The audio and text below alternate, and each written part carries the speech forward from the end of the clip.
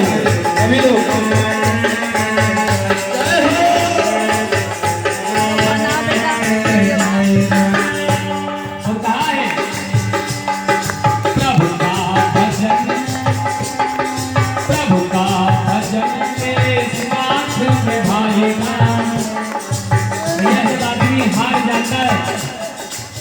आदमी जब हार जाता है तब भगवान की तरफ जाता है, और जब तक उसके पास ताकत रहती है, बल रहता है, तो भिगा दे जो उनको समय है। लेकिन आज प्रभु का भजन तेरे भैया, प्रभु का भजन तेरे काम में आएगा, प्रभु का भजन तेरे नाम में आएगा, जानेगा कि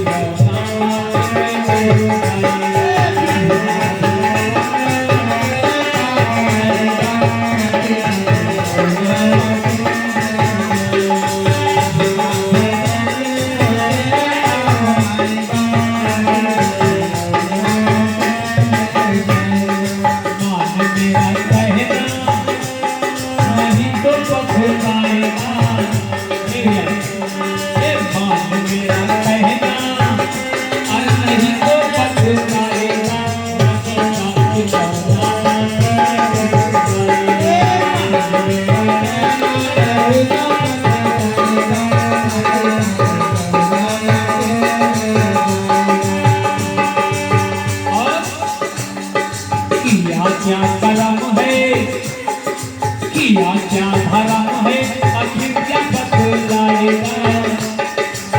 कौन कर्म के हो, कौन धर्म के हो, क्या बताओगे।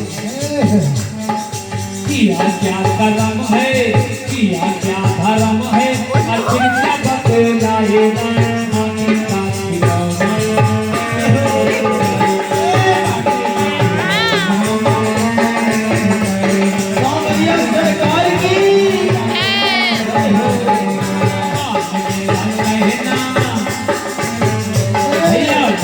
मेरा कहना नहीं तो पछताएगा,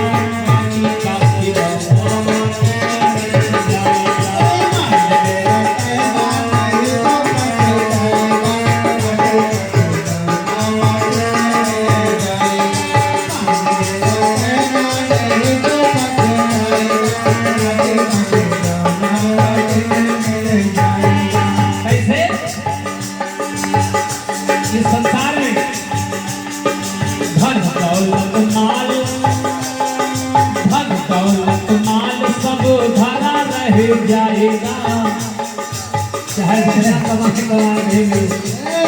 क्योंकि जब युवक आता है तो कहे थैली डोले तो हम घरे तो नहीं रहे, इसीलिए कहा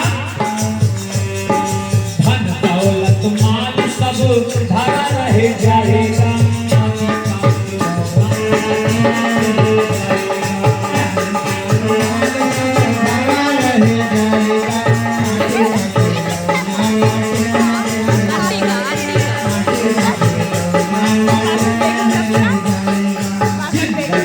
चार दिन की भैया, 4 दिन की जिंदगी नेकी बदी कमाएगा। 4 दिन की जिंदगी है, चाहे नेकी कमा लो या बदी। 4 दिन की जिंदगी है, नेकी बदी कमाएगा।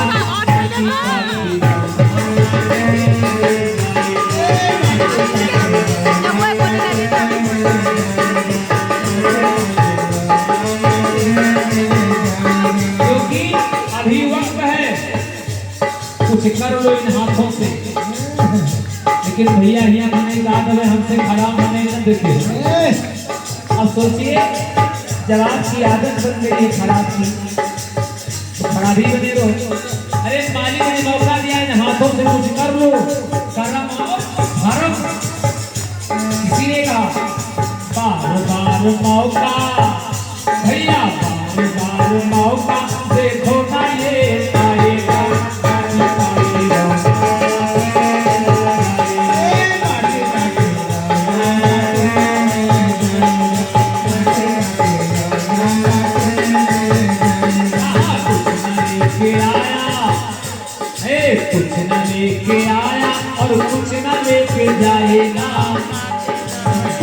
लेके आया है कुछ न लेके जाएगा माटी का खिलौना माटी में मिल जाएगा।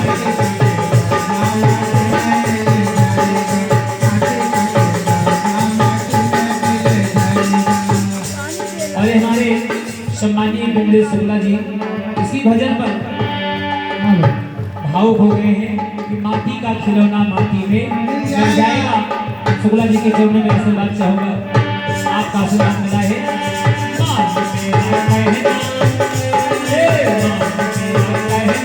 नहीं तो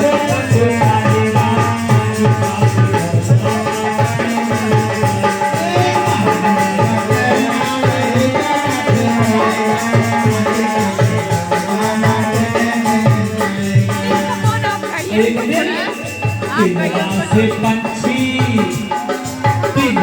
एक दिन उड़ जाएगा माटी में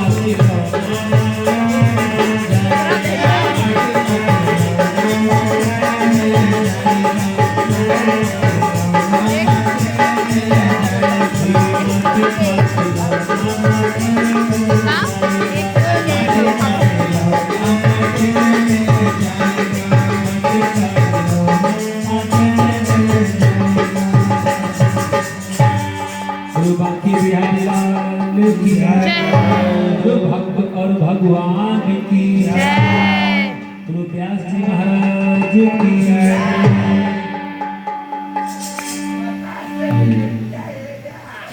मंगलम भगवान विष्णुंगरं वरदध्वजा मंगलम पुंडरीकाक्षः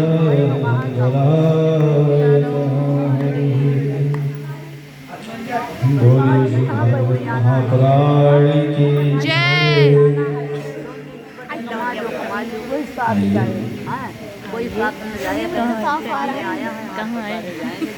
हम पहुंच चुके थे गंगा जी के पास। तो गंगा जी को पवित्र रखिए, हमारे नदियों को पवित्र रखिए, गंदगी मत फैलाइए। और इसी वंश में राजा हुए, खटवान के बाद हुए दीर्घायु। किसके बेटा हुए? अज अज के बेटा हुए दशरथ। और दशरथ हुए सूर्य से 40वीं पीढ़ी, सूर्य से 40वीं पीढ़ी में महात्मा दशरथ जी आनंद में है, लेकिन पुत्र नहीं है। भागवत में राम कथा 1.5 अध्याय में आती है और कृष्ण कथा 135 अध्याय में। कितने में है?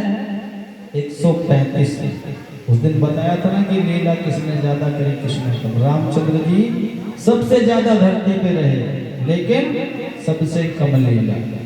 और कृष्ण जी सबसे कम रहे और सबसे ज्यादा लीला करी। तो इनकी भागवत कितने में आई है? 135 अध्याय में। 135 अध्याय में आई है। और राम कथा का अगर विस्तार करें तो 5 भागवत राम कथा में ही हो जाए। और साल भर में 12 से 15 कथा तो हो ही जाती है, करें तो। और 2 से 3 राम कथा भी हो। 10 दिशाएं समझ रहे हैं? समझदार लोग हैं, कोई अनपढ़ लोग नहीं है। और अयोध्या का मतलब जानते हो आप क्या होता है? अयोध्या। और क्योंकि कभी किसी का वध वहां पे हुआ, आपने सुना होगा, वध तो हुआ ही। अब कलियुग में चाहे तो नहीं कह सकते, लेकिन हमारे राजा रामचंद्र जी के जीवन चरित्र में तो कोई ऐसी घटना नहीं कि किसी ने ऐसा, तुलसीदास जी ने लिखा, कोई किसी भी गोस्वामी जी ने लिखा, किसी ने नहीं लिखा ऐसी चीज। तो और कि जहाँ क्या कहते हैं वह ना होता हो, और इनके प्रकट हो गए अमृत कलश लेकर प्रकट हुए। हाथ में कलश ले रखा था अमृत का। अग्निदेव प्रकट हुए, बोले अग्निदेव महाराज की जय। तो और आज हमारे कन्हैया का जन्मदिन है, जन्मोत्सव भी है। तो पहले रामचंद्र जी का जन्म हुआ तो पहले रामचंद्र जी के बारे में सुन लो, फिर कृष्ण जी के बारे में तो सुना ही रहे हैं 4 दिन से, और आगे भी कृष्ण जी के बारे में सुनना, थोड़ी सी राम कथा ले रहे हैं। बहुत लोग कहते हैं कि जहाँ कथा हो तो कहते हैं राम कथा ना हो तो पाप चढ़ता, ऐसा नहीं है, ये अनपढ़ लोग कहते हैं, ऐसा नहीं।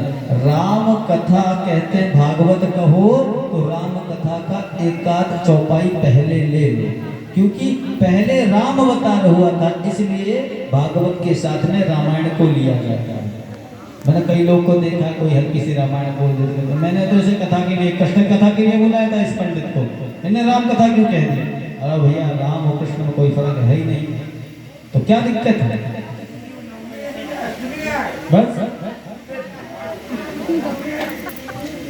देख लो कैसे कैसे आदमी कैसी कैसी बातें कर रहे हैं। अभी आदमी कहता है कि वो पागल है, कोई पागल है, ऐसे कहते हैं, लेकिन इस भागवत के पंडाल में बैठो तो पागल भी अच्छे दिमाग से ही बोलता है। कितनी सुंदर बात, आप खुद ही दिमाग लगाइए, कुछ तो शक्ति होगी, ऐसे कोई नहीं बोल देता। बोलो प्रेम से बोलो, जय श्री कृष्ण, जय श्री कृष्ण। और तो बोलते हैं, चिंता रहती है थोड़ी। श्रृंगी ऋषि के निर्देशन में वशिष्ठ जी के आचार्यत्व से बड़ी निष्ठा से पुत्र का काम संपन्न हुआ। अग्नि देवता ने प्रकट होकर कलश दिया, उसमें चरु है, चरु समझते हैं ना, चरु, वो जो चरु होता है चावल का, वो चरु है, और बोले अपनी पत्नियों को खिलाएंगे तो पुत्र होगा। वशिष्ठ जी ने दशरथ को चरु दे दिया, उन्होंने गुरु जी को दिया, तो गुरु जी ने वशिष्ठ को दिया, वशिष्ठ जी को दे दिया। तो सुखदेव जी ने आशीर्वाद देकर वशिष्ठ जी को वापस कर दिया, और उन्होंने सुखदेव को दिया, सुखदेव जी ने वशिष्ठ को फिर वापस कर दिया, और फिर वशिष्ठ ने दशरथ को दिया, दशरथ को दिया। तो फिर दशरथ ने उस चरु को 3 हिस्से किए, 3 भाग में बांटा, एक कौशल्या के लिए और तीनों माताओं के लिए बांटा, 3 भाग किए। माता कौशल्या को दिया, दूसरा भाग सबसे ज्यादा जो प्रिय है देवी कैकई को बहुत मानते हैं दशरथ जी, और दशरथ जी ने कैकई को दिया, और तीसरा भाग महारानी सुमित्रा को दिया। और देते ही एक पक्षिणी सुमित्रा के चरु को हाथ से उठा लिया। अब उठा करके ले गई, आसमान में उड़ते उड़ते बड़ी दूर निकल गई, और खूब दूर जाके एक वृक्ष की डाली पर बैठ गई। वही चरु जो माता सुमित्रा के हाथ से छुड़ा गया, और उसी के जहां जिस वृक्ष के नीचे वह पक्षी बैठा, तो उसी वृक्ष के नीचे मां अंजनी जी बैठी हुई थी। कौन?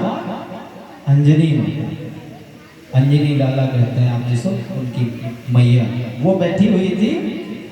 और वो जाके पक्षिणी उस वृक्ष पर बैठी, और बैठी तो उसने खाने को जैसे किया, और नीचे अंजना मां श्री भोले बाबा की स्मरण में बैठी हुई थी, उन्हीं का मतलब स्मरण कर रही थी उसी वृक्ष के नीचे बैठकर। तो वो चरु लेकर जो पक्षी गया था, उसने जब खाना चाहा तो उसके पैर से छूटकर नीचे को गिर गया वो चरु नीचे गिर गया। तो माता अंजनी जी एकदम प्रेम भाव में शिव शंकर जी के बैठी।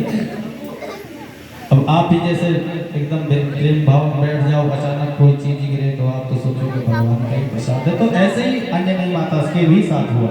तो वो गिरा, वो शिव जी के स्मरण में थी। उन्होंने सोचा कि शिव जी की कृपा से मुझे प्रसाद प्राप्त हुआ है, और वो उसे खा लिया। उस चरु को प्रसाद समझकर आशीर्वाद समझ लिया और खा गई।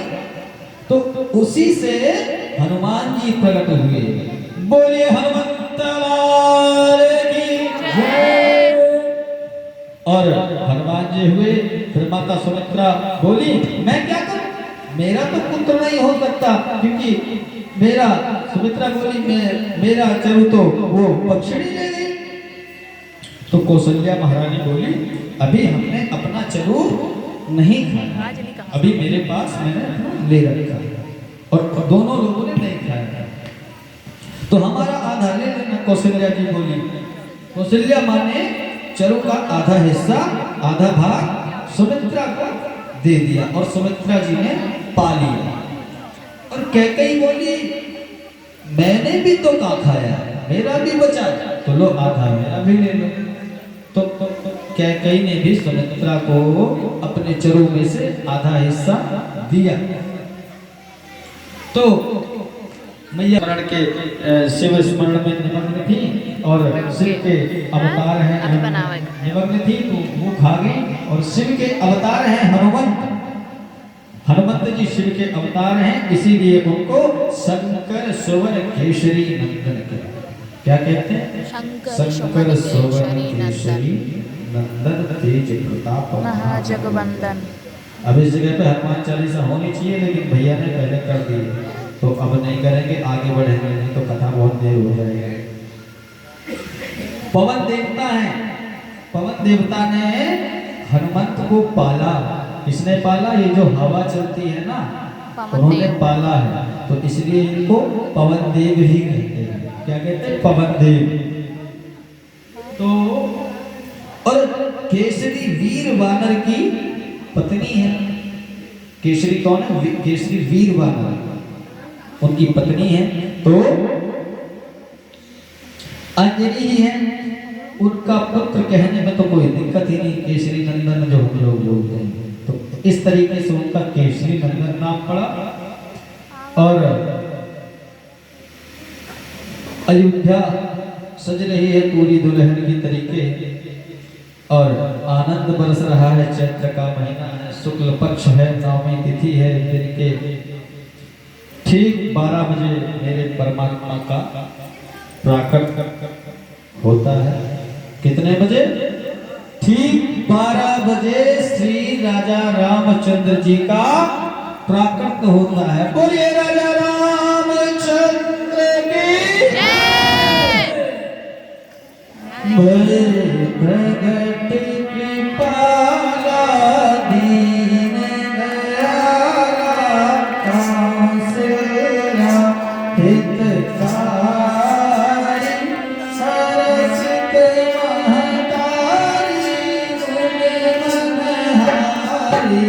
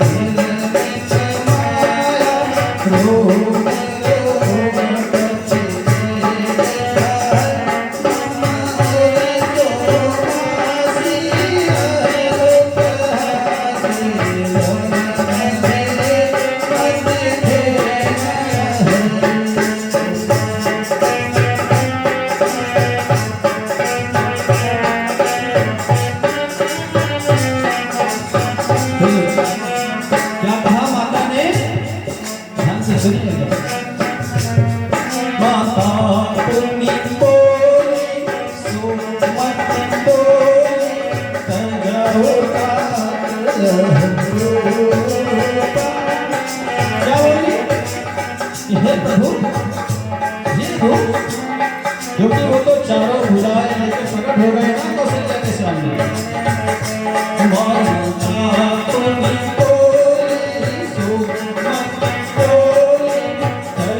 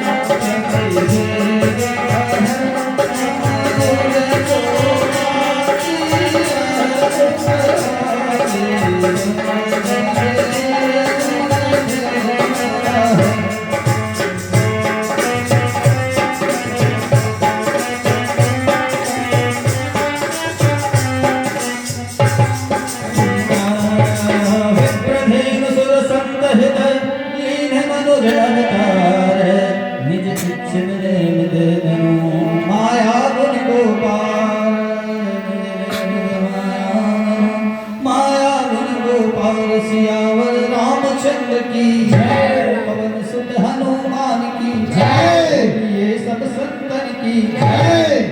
भगवान प्रकट हो गए।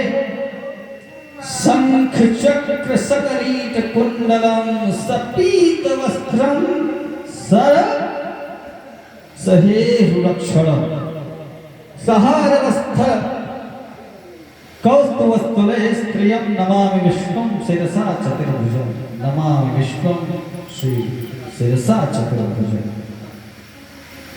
महारानी कौशल्या ने सुंदर स्तुति गाई और फिर बोली, मैंने पुत्र बन करके कहा था, तुम तो ये चारों हाथ लेकर आ गए हैं।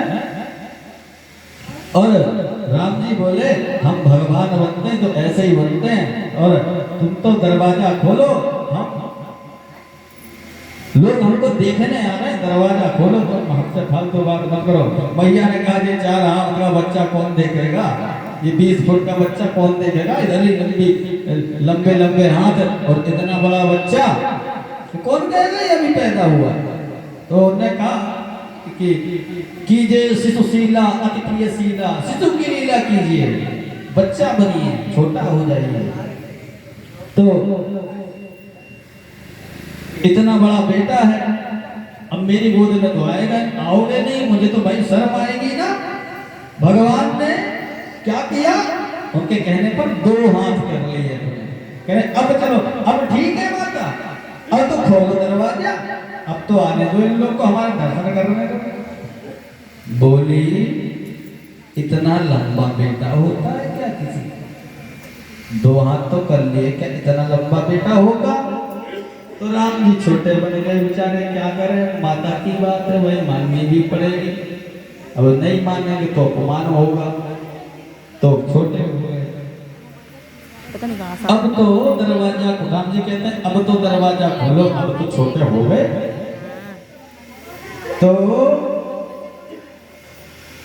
जब छोटे हो गए तो मैया बोली, लड़का पैदा होता है जब तो कपड़े पहनने के तो आता नहीं है। बोलो जय श्री कृष्ण, जय श्री कृष्ण, बोले श्री कृष्ण। कपड़ा पहन कर तो आते नहीं है, वो कपड़े भी उतारो। और भगवान ने कही माता से कि माता, अब ये तुम गलत कह रही हो, अब तुमने इतनी कही, हमने मान ली, अब तुम माए कपड़े में भी उतरवाओगी है। बोली नहीं, अब करना तो पड़ेगा। तो माता ने कहा, माता क्या बोली, माता पुनि बोली सोमति डोली तजो ताते रूपा की जय सुशीला अति प्रियशीला यह सुख परम अनोखा, माता ने कहा। तो राम जी बोले देखो अब तो आप परेशान कर रही हैं हमें। बोले क्यों? ये हटाओ, ये छोटे हो जाओ, कभी कहती हो ये चार हाथ हटाओ, छोटे हो जाओ, चड्डी उतारो, कभी क्या कपड़े उतारो, है ये क्या नाटक लगा रखा है आपने? बताओ क्या कर रहे हैं? मैया बोली बालक होता है तो नंगा ही होता है। अब तुम्हारी तरह दुशाला पहन के थोड़ी ना आता है कोई। अब तुम आ गए, अब इतने छोटे ही हो गए हो तो कपड़े भी उतार दो, क्या फर्क पड़ रहा है? शर्म आती है क्या?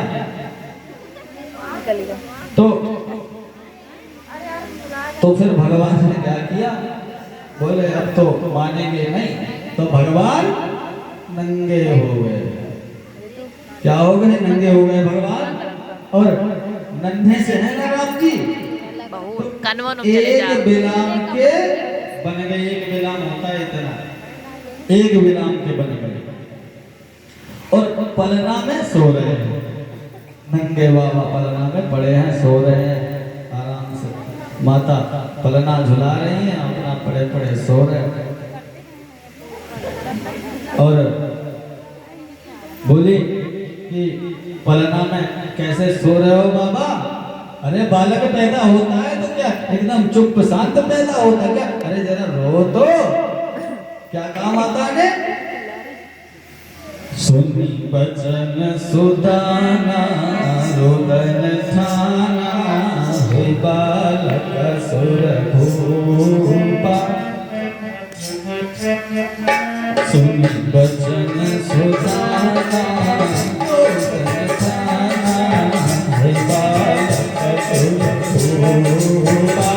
यह चरित के गावहि हर पद पावहि,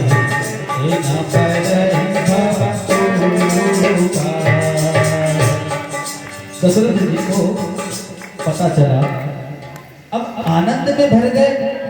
पता चला दोनों माताओं ने भी, माता कैकेयी ने और सुमित्रा ने भी दो पुत्रों को जन्म दिया। सुमित्रा ने तो दो पुत्रों को जन्म दिया। क्यों? क्योंकि उनने आधा आधा कैकेयी में से भी लिया था और उन वाले में से भी लिया था, दोनों में से आधा आधा लिया। इसलिए सुमित्रा जी के दो पुत्र हुए, जुड़वा। और कैकेयी के भी एक पुत्र हुआ, एक सांवला पुत्र जन्म उनके। और सब आनंद में हो गए, आनंद में माहौल हो गया। दशरथ महाराज का तो खुशी का ठिकाना ही नहीं रहा, इतना खुश हो गए। और पूरी अयोध्या आज सजी हुई है और सब एकदम महोत्सव मना रहे हैं। और कहते हैं आज सब आनंद बरस रहा है। कहते हैं जन्म लियो है मेरे राम लखन भरत शत्रुघ्न, मास दिवस कर दिवस भा मरम न जाना कोय, रथ समेत रवि धाक्य हो निशा कवन विधि हो, निशा कवन विधि हो। प्रेम से बोलो जय श्री कृष्ण, जय श्री कृष्ण। आइए भगवान बड़े हो रहे हैं और नामकरण संस्कार हुआ। भगवान सुखदेव कहते हैं कि गुरुवर्थे तिथराप्यो विचर उत्पात पद्भ्याम दिशाय था। कहते हैं और एक श्लोक में ही भगवान पूरी रामायण, पूरी रामायण से एक श्लोक में। कैसे? गुरुवर्थे तिथराज्यो विचर उत्पात पद्भ्याम दिशाय पाणिस्तथाभ्याम हरिन्दाजिवाभ्या वै प्यासुर्पनख्या विप्रविरहसो रूपति ब्रूहि विद्रुमः श्रेद्धाधिरमदसेदुः कौसलेशो वदान्यः। इस श्लोक में पूरी रामायण लिख दी। भगवान सुखदेव कहते हैं कि पिता को आज्ञा मानकर एक बार गुरुदेव की रक्षा करने के लिए गए, अहिल्या का उद्धार किया और चारों भाई का परिणय हो गया। सब भरत लक्ष्मण सह जानकी माधवी मांडवी उर्मिला सुकीर्ति अयोध्या पधारे और मिलना था राज्य। पूछा सासू जी कैसी हो, तुम्हारी सब तुम्हारी ओर मिलना था और पूछा कैसी हो, तुम्हारी ओर सब ठीक है, बच्चे बच्चे सब ठीक हैं। वही सारी लिखा हुआ है कि नारियां बहुत दयालु होती हैं, कोई अगर रोता रहे ना तो इनके अंदर दया बहुत जल्दी आ जाती है। कोई रो जाए इनके सामने तो पिघल बहुत जल्दी जाती है। ये इनके अंदर एक स्वभाव होता है नारियों के अंदर, लिखित बात है इसलिए बोलना है, बाकी और ये इसके ऊपर भी हाथ रख देंगी उसका तो पूरा पाप होगी। बोलो जय श्री कृष्ण। जय श्री कृष्ण। और वो मगरमच्छ के आंसू रोएगा और जो पूछेगा तो बता देगी, और वो तो जरूर बता देगी जिसके लिए आपने मना किया है उसको तो जरूर बता देंगे। रो के कोई चला गया क्योंकि रो रहा है बेचारा, बहुत कोमल होती है ना सब। तो आपको मैं जितने भी बालक होंगे देवकी के सबको आपको सौंपता जाऊंगा, पर इसके बदले में आप देवकी को छोड़ दो। क्या देवकी को छोड़ दो तो मैं आपको एक एक बालक देता जाऊंगा। कंस बोला जब तक तो 8 बालक को जन्म दे दो तब तक कारागार में जेल में रहना पड़ेगा। जब तक 8वीं संतान नहीं हो जाती जब तक आपको जेल में रहना पड़ेगा। बोले मंजूर, कोई दिक्कत नहीं, हमें जेल में रहना पड़ेगा, हम काम करेंगे। तो वसुदेव जी की 5 पत्नियां, कितनी है? 5 पत्नियां। ससुर जी की वात्सल्य छाया में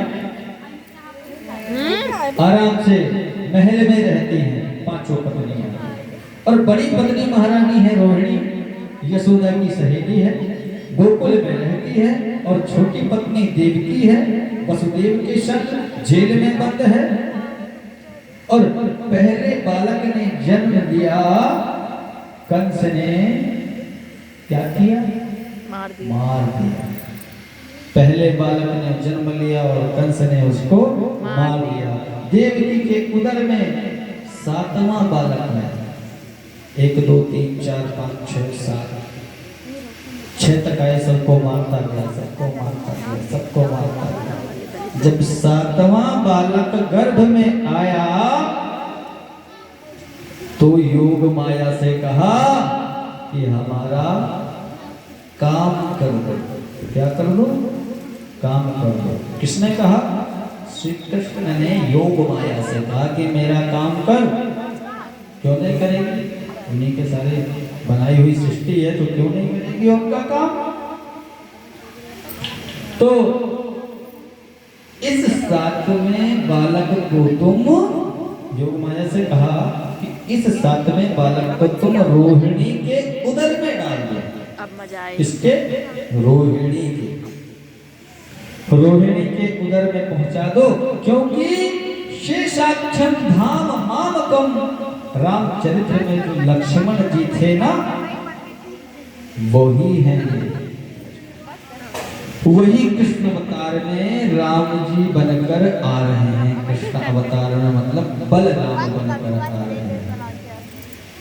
बोले बलराम भगवान की जय, लक्ष्मण भगवान की जय। और राम अवतार में जो छोटे भाई थे वो कृष्ण चरित्र में बड़े भाई बनकर आए।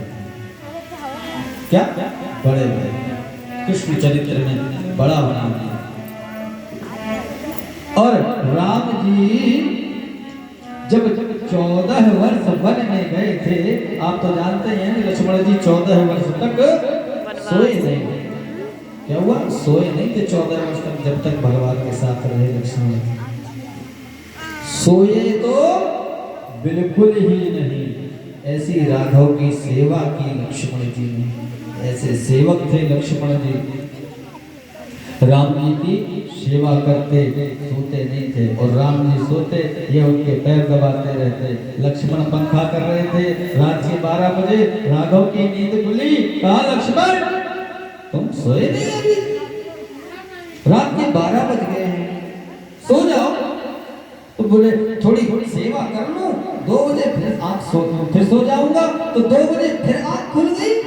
बोले लक्ष्मण अभी भी तुम सेवा में लगे हो? तो बोले अभी नहीं भाई, अभी नहीं, थोड़ा और सेवा कर ले। तो कहा जाओ चुपचाप सो जाओ, बहुत सेवा सेवा सेवा, कितनी सेवा करोगे, इतनी कब से सेवा कर रहे हो, अब सो जाओ जाके। बोले तो बोले चले जाइए, हम बड़े भाई हैं तुम्हारे, और बड़े की बात माननी पड़ेगी तुमको, जाओ सो जाओ चुपचाप जाइए। बोले मत करने दो सेवा राघव, मत करने दो सेवा, तो सेवा करने के लिए आए थे। बोले इतनी सेवा करी जाती है कहीं? अरे हो गया 5 मिनट 10 मिनट 1 घंटा 2 घंटा, अरे तुम पूरी रात 12 से 2 बजे देखो है सेवा सेवा, कितनी सेवा करेगा तू? जा सो जा। रामचंद्र जी कह रहे लक्ष्मण जी सो जाओ, कितनी सेवा करेगा?